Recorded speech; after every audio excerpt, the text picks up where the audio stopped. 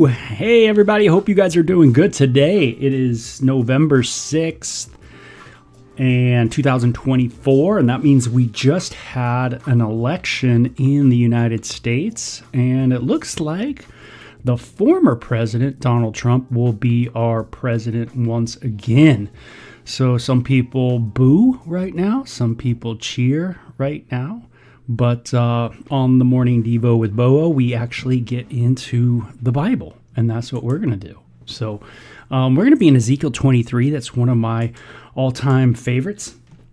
And I know you go, Bo, man, how do you like these chapters? These are your favorites? And yeah.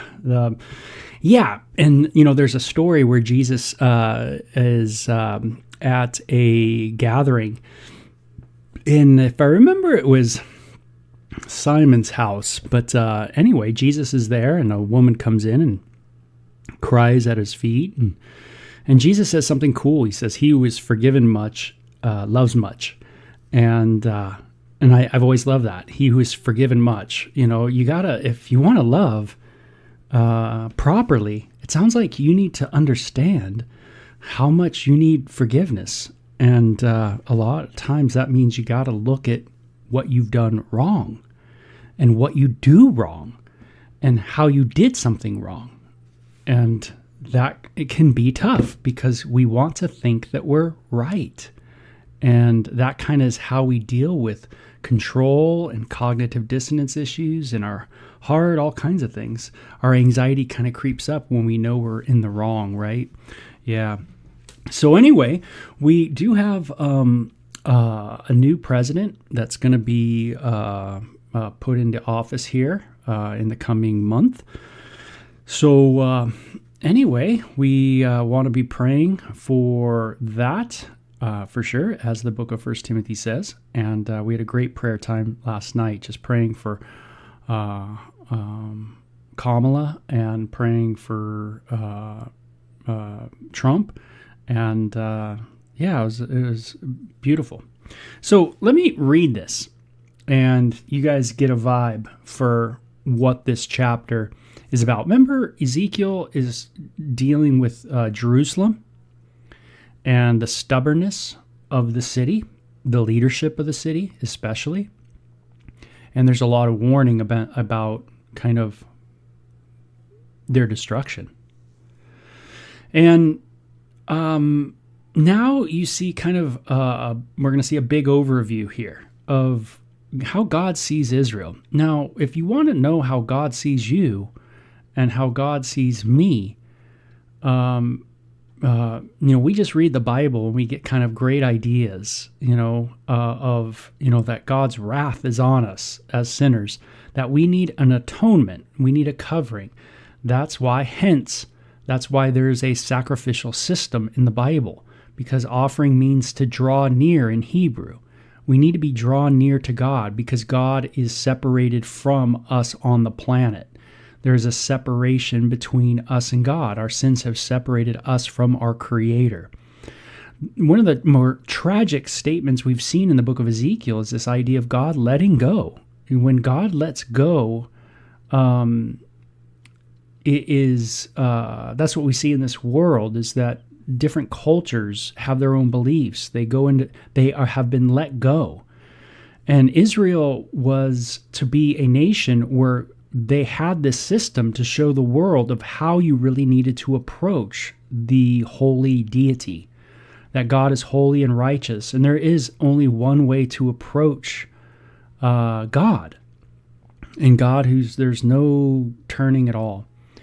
And yet Israel failed utterly to do that.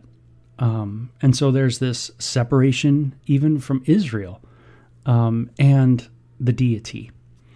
So it's really interesting, these incredible concepts. And when we look at the world, we see this. We see a separation from the deity. An atheist might say, "Where's God? Where's God? I don't see God, therefore I'm an atheist." That's right. The Bible says that you ain't gonna see God. And this is why. Is because there's a separation between us and the deity. That's the whole point. So an atheist actually affirms the Bible when they argue against the Bible. So they think, right? I know, I used to do this. So it says, the message came to me from the Lord, Son of man. Once there were two sisters who were daughters of the same mother. They became prostitutes in Egypt. Okay, you got some girls who, went on Hollywood and Vine and became prostitutes. Even as young girls, they allowed men to fondle their breasts. They've always been in kind of the sensuality mode, right? Always, that kind of thing. And it says the older girl was named Oholah, and the sister was named Oholibah. And I married them, and they bore me sons and daughters.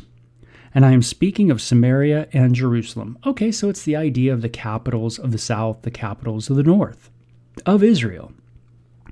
And it says, for Olah is Samaria, and Oholibah is Jerusalem. Then Oholah lusted after other lovers instead of me, and she gave her love to the Assyrian officers. And they were attractive young men, captives of commanders, dressed in handsome blue, charioteers, drivers on their horses. Hey, man, they look good. They had wealth. They were strong. There was those dudes on the cover of Health magazine. They were super awesome. They were studs, right? And so she prostituted herself with the most desirable men of Assyria, worshiping their idols and defiling herself. For when she left Egypt, she did not leave her spirit of prostitution behind. She was still as lewd as in her youth, when the Egyptians slept with her, fondled her breast, and used her as a prostitute. It's amazing. It's obviously talking about, sexuality, and it's using it as a metaphor of a spiritual situation. We see that over and over in the Bible, but here we get one of the more graphic depictions of spiritual idolatry, spiritual prostitution, leaving Yahweh. Now remember, Israel had entered a covenant with Yahweh after God had delivered them from Egypt, hence the Passover. You might have heard that. And I just find this interesting is that, just as you did when you were young, so you do now. And I see that in me. I don't know if you see that in you much. It might be something you have to think about. Do I see that there's sins in me today that are things that were started when I was young? We have a whole branch of kind of philosophy, or should I say psychiatry, and I guess it would be psychology. That's kind of based off this idea. Nothing new. It's the idea that something happened when you were young, and it continued in your life.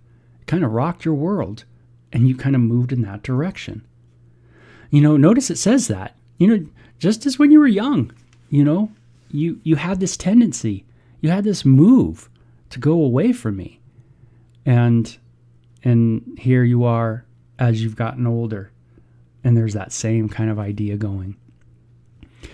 And so I got to look at myself, I guess, today and just go, hey, do I see that as well? And so I handed her over to the Assyrian lovers whom she desired so much. Again, that idea of God handing you over. Ugh. And it says they stripped her, took away her children as their slaves, and then killed her. After she received her punishment, her reputation was known to every woman in the land. Oh, it's amazing how our reputation kind of precedes us, right? What we're known for. You see that even in the presidential election, right? Where the reputations of these people kind of precede them, right? They're kind of seen as something. They kind of have a caricature quality to themselves, right? And it's usually because of something that has been in their life for a long period of time, something that's very consistent, and I have that, and I would imagine you have that too in your life too. Something that you kind of got from maybe when you were young as well. And it says, even though Oholibah saw what had happened to Oholah, her sister, she followed right in her footsteps. And she was even more depraved, abandoning herself to her lust and prostitution. She fawned over all the Assyrian officers, those captains and commanders in handsome uniforms, those charioteers driving their horses, all of them attractive young men. I saw the way she was going, defiling herself just like her older sister. So this is really depicting, man, a following of the leader, so to speak. Just as one, area of Israel went astray, so the other one goes too. And it even goes a little deeper, a little worse. Don't you find that kind of in life as well? You go a direction, but it's going farther than you thought it would go. That's kind of the nature of sin, right? There's a passage that talks about how, our lust leads to, this kind of action, this kind of buying into the temptation. The desire leads to sin, and then the sin leads to death, and this kind of progression of it. And it always goes where, lust knows no bounds. You can't control it. It seems to be out of control. That happens with our greed. The way lust works in our life is it hits on many different areas. It hits sexually. It can hit financially, meaning you can lust after money. You can lust after power. You can lust after things, all kinds of things. You can lust after food. You can lust after really like an ideology where you just desire it. And, and you almost become excited about it, right? What we call maybe aroused by it, right? Those kind of, and it moves you. And boy, C.S. Lewis once observed that, a man with an obsession has very little sales resistance. Yeah, that's what he said. A man with an obsession, or a human with an obsession, has very little sales resistance, meaning we'll get it, we'll buy it, right? We go that direction. We follow people, and this is what we do growing up. We follow our idols, our leaders, those that we love, subcultures. We get into punk music, we get into metal music, we get into whatever it is, we get into rave culture, and we go too far. We sometimes go way overboard, right? We get into things we never thought we'd get into. That's how it works in a lot of our lives. It says, then she carried her prostitution even further. She fell in love with pictures that were painted on a wall. Now we get into kind of the visual, stimuli, right? Today we have a modern day porn industry, right? Where you have all the visual stimulation you could ever want in life. And it's free, right? We have made it free to all. And here you see this, right? She fell in love with pictures that were painted on a wall. Pictures of Babylonian military officers outfitted in striking red uniforms. Handsome belts encircled their waist and flowering turbans crowned their heads. They were dressed like chariot officers from the land of Babylonia. When she saw these paintings, she longed to give herself to them. So she sent messengers to Babylonia to invite them to come to her. So she sees all these pictures. She's looking in the magazine. She's looking online. She's looking on her reels. And she goes, man, I got to get me some of that. I want some of that. And she goes to find the experience. How many is this people? This is kind of the story of our lives. Isn't it? You might go, well, no, I'm not that person who looks at some kind of, naughty thing and then does it. But think about it. How many of us have been influenced by entertainment, by pictures, by what's on the TV, what's on the screen, what's on the computer? And it moves us to purchase. It moves us to buy. You see what's being talked about? Marketing. Putting something out. Having us look at it and go, man, that looks good. I think I'll find out how to get that. Interesting, right? All the way back then, the same methods are being used, right? To show the people, to move the people. How do people get moved? Well, of course, sexuality is one of them. We tend to find beauty in things and people, and we find it interesting. So of course it's going to move us. Many things move us. We need to eat. So food moves us, right? You show a show that just has cupcakes in it, and you tend to maybe go, man, I kind of maybe want some sweets, Yeah, cupcake wars. I mean, think about it. We live in a world of all of this, right? Where you can get your fill of just about anything. And it says, when she saw those paintings, she longed. So she sent, for them to come to her. And so they came and committed adultery with her, defiling her in bed of love. and being defiled, however she rejected them in disgust. Kind of passions, that's the idea.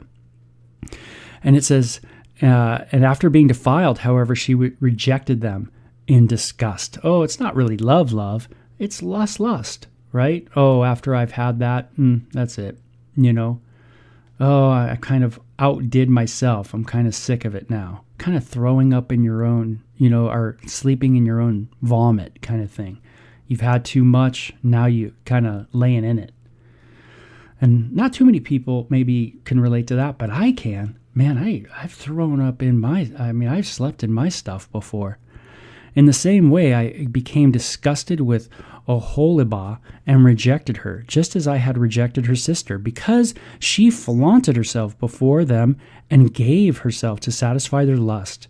Yet she turned to even greater prostitution, remembering her youth when she was a prostitute in Egypt. She lusted after her lovers with genitals as large as a donkey's and emissions like those of a horse. And so, Oholibah, you reveled your former days as a young girl in Egypt when you first allowed your breast to be fondled. One of the most gnarliest sections of the Bible, no doubt. That is very, very just clear. Maybe I'll use that term, clear. That seems kind of safe. But you get the idea. Is that, you've gone so much where now you're in stuff that you never thought you would be. This is the story of our lives. Dealing with fear, dealing with insecurities, all of a sudden you're in so far where now fear runs your life, and insecurity runs your life, and the lust that's run your life, and the greed that's run your life, and the, whatever it is, but it now runs you, it moves you, right? The instinct that we have for sexual desire, needs, stuff like that has run amok. It has gone astray. It's become tyrannical. It's turned on us, right? And now the security need we have in us, now it's come at us. It's fighting us. It feels like it's constantly there, silently in the background, but yet very tyrannical and domineering, in our life. And this is what is being spoken of, just in a very graphic way. So sometimes when you talk about sexual things, it really shows what's going on. It really exemplifies or shines, if you will, the good, the bad, and the ugly, so to speak. Because sexual things are sensitive things. And we can really see the harm when we talk about issues in a sexual kind of an analogy way, if that makes sense. And so you see that this is used over and over in the scriptures, right? The end times, there will be a harlot that rides the beast, right? Yeah, this kind of idea, because it makes it very vivid. And this passage is super vivid, right? You're going in directions that you never thought you'd go to. And I would imagine this is a lot of people's life, if not everybody's life. And this is how we see that we need a Savior, that we've gone too far. The Bible has a word for it. We've transgressed. Yeah, so Jesus says, hey, when you pray like this. Father, forgive us our transgressions. Yeah, those moments where you went too far. You broke the law. Yeah. So it says we go greater. I just see the addictive pattern here in our life getting deeper, deeper, deeper until it owns us. Therefore, Oholibah, this is what the sovereign Lord says, I will send your lovers against you from every direction, those very nations from which you turned away in disgust. For the Babylonians will come with all the Chaldeans from Pekod and Shoa and Koa, and all the Assyrians will come with them, handsome young captains, commanders, chief chariot officers, and the high-ranking officers, all riding their horses. They will all come against you from the north, with chariot wagons and a great army prepared for attack. Those that you got disgusted with, they're coming after you, right? It's coming to get you. The thing you're disgusted with haunts you. Whoo! Man, that sounds so true. Have you ever tried to fight sin? Try to fight your fear. Try to fight your insecurity. Try to fight your lust. Try to fight your greed. What do you find? Oh, man, it's coming after you, right? Sometimes, and the only thing we can do is surrender. Surrender. Say, Lord, you need to fight this battle for me, right? I can't win. I can't win this battle. I'm powerless, absolutely powerless. I'm going to need you to do a work. Lord, help me come to you with honesty today of how much I need you, how much I need you to do a work. Man, that seems like the right way to go. And it says in verse 24, they will all come against you from the north with all these people. It says they will take up possessions on every side, surrounding you with men armed with shields and helmets, and will hand you over for their punishment so that you can do with them as you please. And I will turn my jealous anger against you, or they will do to you whatever they please, and they will deal harshly with you. They will cut off your nose and ears, and any survivors will then be slaughtered by the sword. They will make you not very attractive. Your children will be taken away as captives, and everything that is left will be burned, and they will strip you off of your beautiful clothes and jewels. And in this way I will put a stop to the lewdness and prostitution you brought from Egypt. You will never again cast longing eyes on those things or fondly remember your time in Egypt. You'll never look at it and go, oh man, that was such a great thing. But instead you'll go, man, you don't want to go back there. There's some powerful truths to that. Not looking back and fondly remembering. But maybe not being so fond about what really destroyed you. Man, what a good word. For this is what the sovereign Lord says, I will surely hand you over to your enemies, to those who you loathe. Hey, I think of the band Loathe. Those you rejected. They will treat you with hatred and rob you of all your own, leaving you stark naked. The shame of your prostitution will be exposed to all the world. Man, people in the whole world, right, will see you. Will see you weak. Did that happen?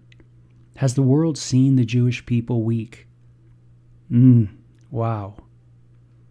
The Bible is so true, man. It's just like on point.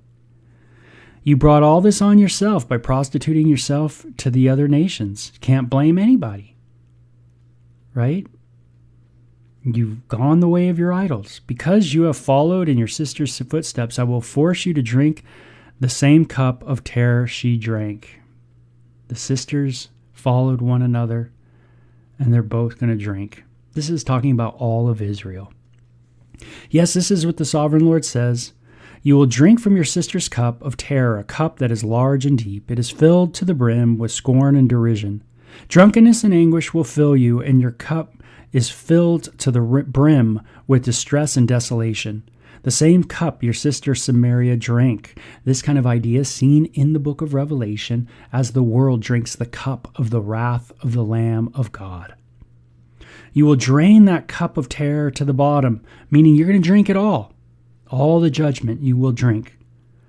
And if you don't want grace and you don't want mercy, then all you got is the cup of wrath. Cup, because God's righteous. He will judge. He's got to, or else he's that compromising judge in the court that lets people go. Can't do that. You have to hold people according to the law. You can give them mercy. You can give them mercy. But you can't compromise justice, righteousness. Then you will smash it into pieces and beat your breast in anguish. I, the sovereign Lord, have spoken. And because you have forgotten me and turned your back on me. Now remember, this is all talking about Israel. Wow, unbelievable. The most bizarre thing is in the New Testament, Israel at the end finally gets saved. And it's the world that drinks from the cup, right? All Israel will be saved. And yet the world drinks the cup of the wrath. Wow. It says, you must bear the consequences of all your lewdness and prostitution. And the Lord said to me, Son of man, you must accuse Aholah and Aholibah of all their detestable sins. They have committed both adultery and murder, adultery by worshiping idols, and murder by burning as sacrifices the children bore to me. So they worshipped other idols. And your belief systems affect the way you treat children and the way you treat people. That's what it's talking about. Whatever we believe, whatever our ideology, our worldview, it is going to have an effect on people, specifically children, how you look at children. You know, when I was growing up, I didn't want children. I didn't want to get married. The reason why is because I wanted to have sex on my terms the way I wanted to do it. I didn't want to have children because children to me looked like a burden to me fulfilling my desires, my wants in the world. See, my worldview was materialism. The material world is all we have. And so there is no God or gods or goddesses or anything like that. We live, we die, there's no point to it all. And so there's no point in how you treat children. There's no point in how you treat people, really. And so your ideology matters. It really does matter.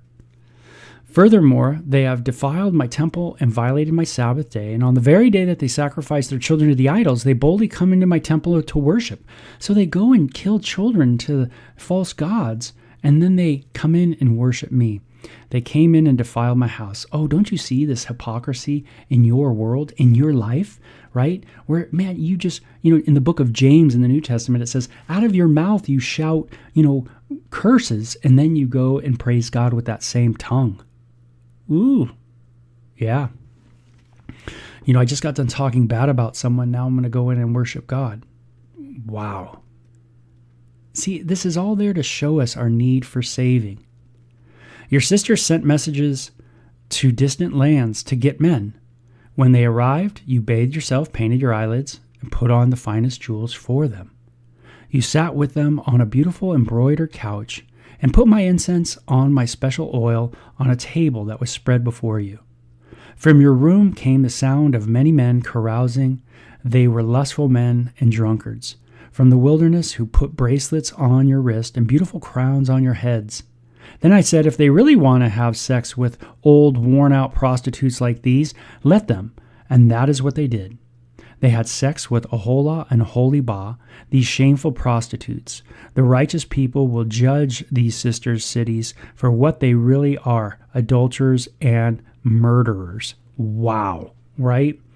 You've grown old, but, you're in these other lands, and what do? You just go back to what you know.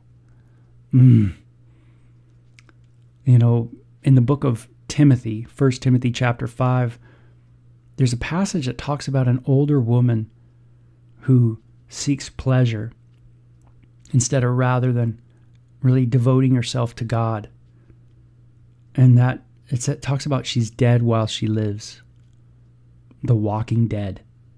That's what's called a zombie. Right? Man, a zombie. You're alive, or you're dead, but you're walking kind of thing. And and it says that's what these sisters have become.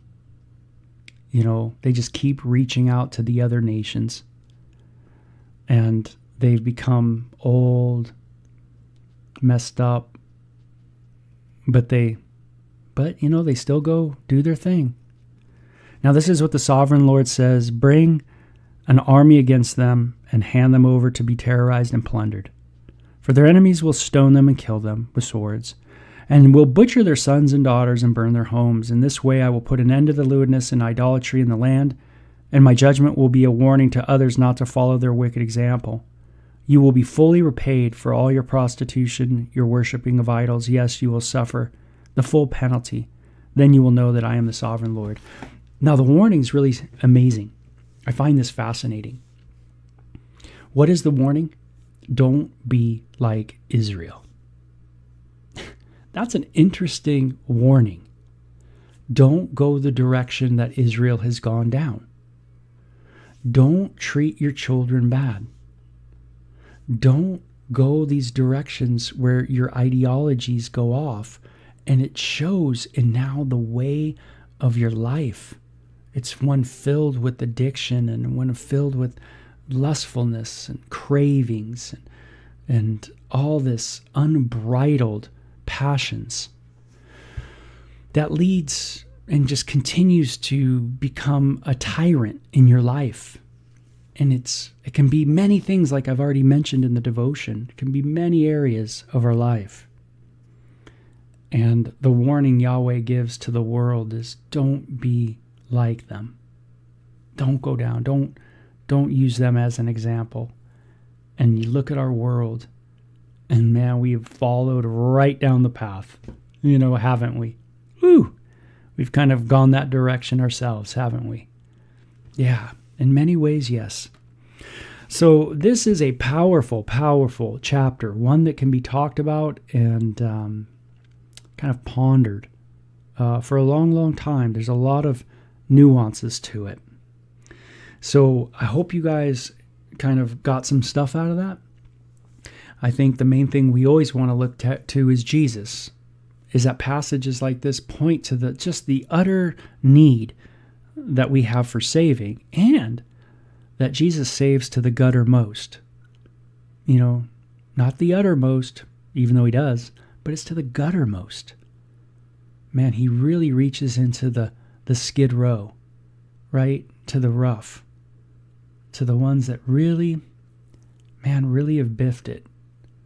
And he's able to deliver.